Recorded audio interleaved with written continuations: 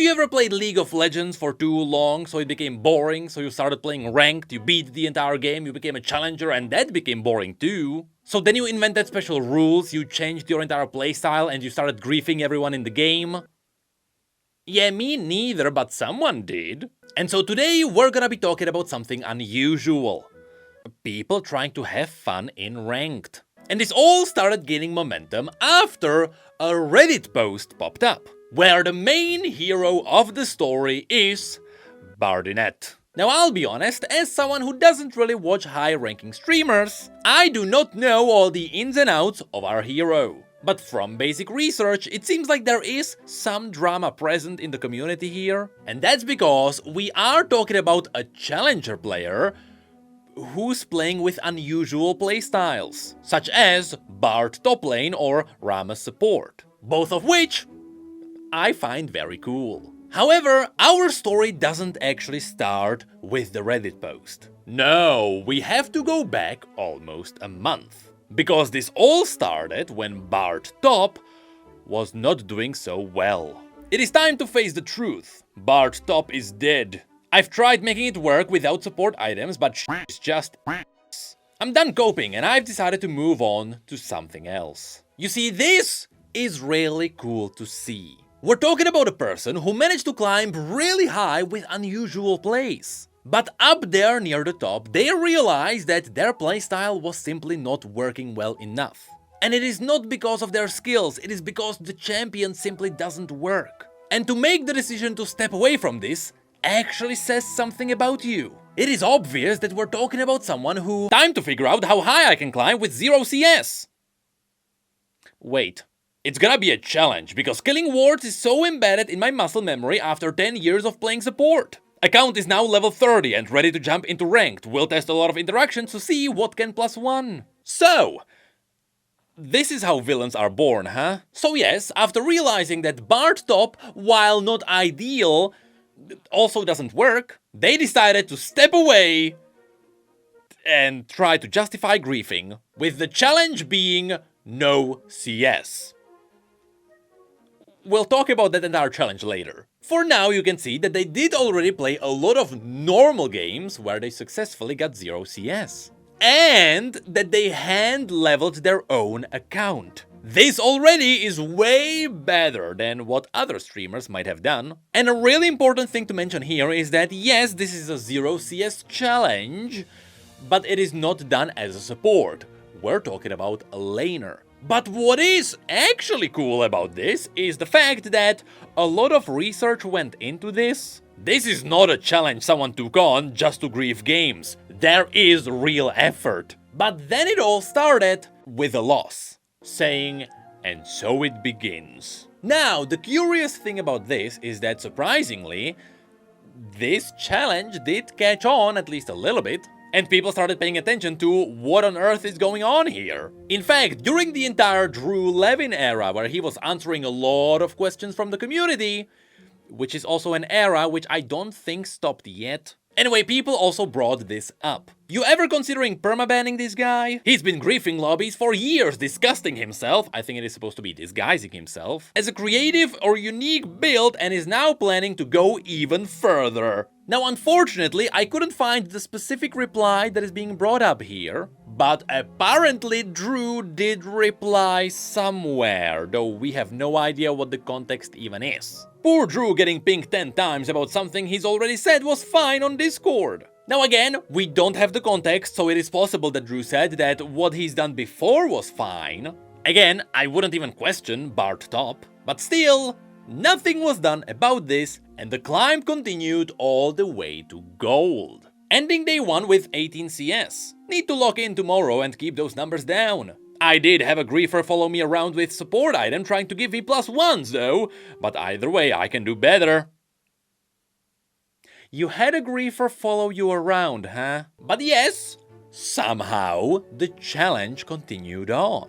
And it is a shame it did. Because if the True Skill 2 system, together with the new Vanguard, was deployed across all regions, it would detect that having 0 CS as a laner, no matter what's happening, is wrong. But as the climb continued, there were occasions where They might have gotten mad at Riot Spaghetti because they did get some CS while they were dead. I would have some sympathy if, it wasn't Riot Spaghetti you were talking about. And honestly, I will say there are some funny memes that came out of this. For example, playing Vegan Warwick. And soon enough, against all odds, he did end up in Platinum. I will have to say, for a game with 0 CS, that is impressive. In fact, it got so impressive, that's where the Reddit post was made. And so, with great power comes great responsibility,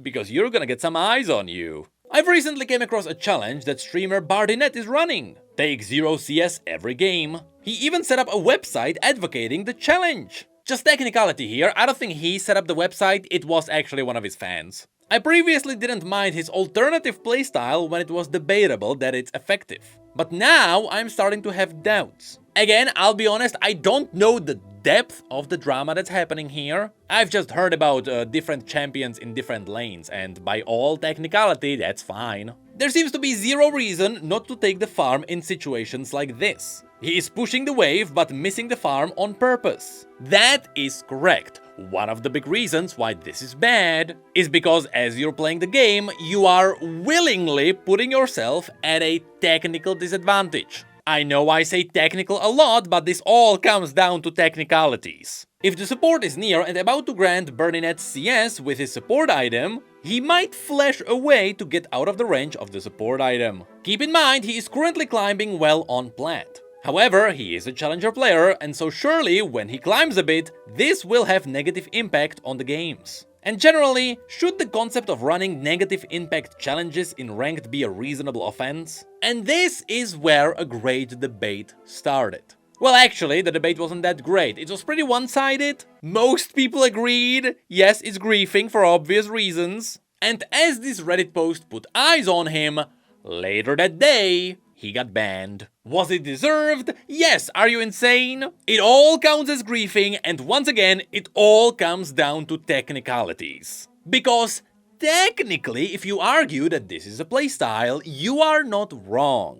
Yes, if your playstyle is consistent, technically you are supplying the game with stable win rate, which is something the matchmaking system can work with. This is why you can't categorize this as rank manipulation or anything like that. In that regard, all of this is totally clean. But it does fall under disruptive gameplay because you are willingly ignoring objectives of the game.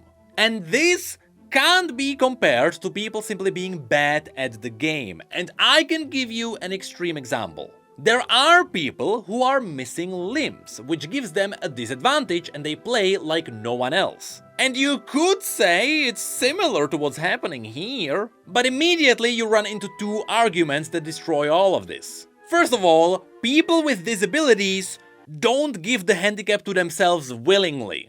To which you could say, well, what if we make a challenge where we only play with one hand? Is that fine? Yes. That is fine. In fact, that is a great challenge that you should try. And that's because these kind of challenges give you mechanical disadvantages. These do not change the rules of the game. The only thing you do is that you change your mechanical style to fulfill those rules. That's why playing League with a Wiimote is completely fine. But the big issue is that even in these situations, there is a little bit of gray area.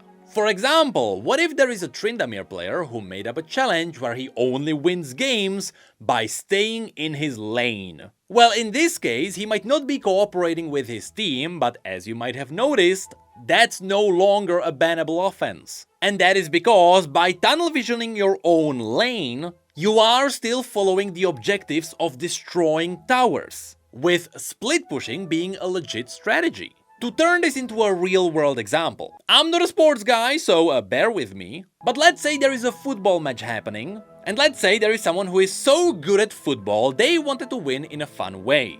And so they decided that in that match, they would not use legs and they would only blow at the ball. Are they legitimately trying their best to win? Sure, but there is a line to be drawn somewhere. Because on the other side, what if someone had a challenge where they would win by fouling the entire enemy team? That one should be fine.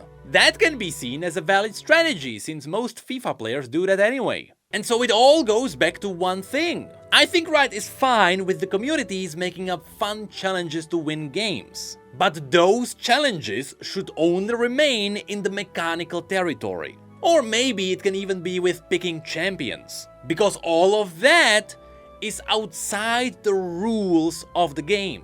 You are not changing or adding objectives. Because if you play with no CS, there is an additional objective that you made up, that is to not hit minions. And so if you alter the objectives of the game, well then you challenged the entire game. And so, at the end, after the ban was deployed, there is one more reply that came out today. For years I've been harassed for playing Bard top lane despite fully optimizing the pick and eventually reaching Challenger. Once again, I fully support that. That sounds fun. Now it's because I decided to for fun nerf myself with 0 CS. Let people be hard stuck doing something silly if they want to. We're all the same one way or another. Now the issue with this kind of hard stucking is that you are willingly hard stucking the entire game.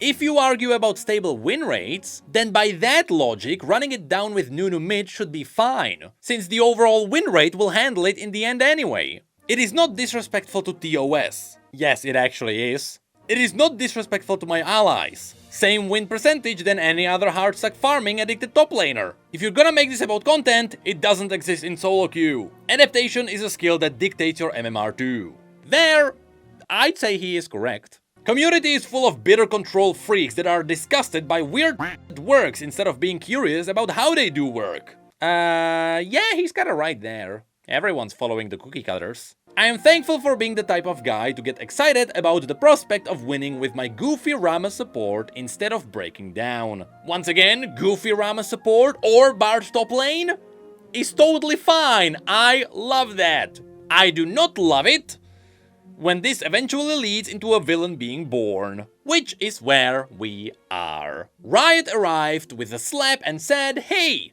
just follow the rules of the game, thank you. And that should also be a warning for other people who try to do similar challenges. Again, as I said, there are a lot of fun challenges that people can do, all of which are mechanical challenges, which are completely fine. We've played people play League with bananas and emotes before. And there are also challenges that urge you to pick certain champions. Because again, over the years, Riot realized, yeah, we can just let people pick whatever champion they want in every lane if they are trying to win properly. The moment it is not proper, that's where everything falls apart. Because let's be real, in the case that the 0 CS challenge is valid, then as a jungler, I wanna win by never going into a lane. Wait, that's just normal jungling.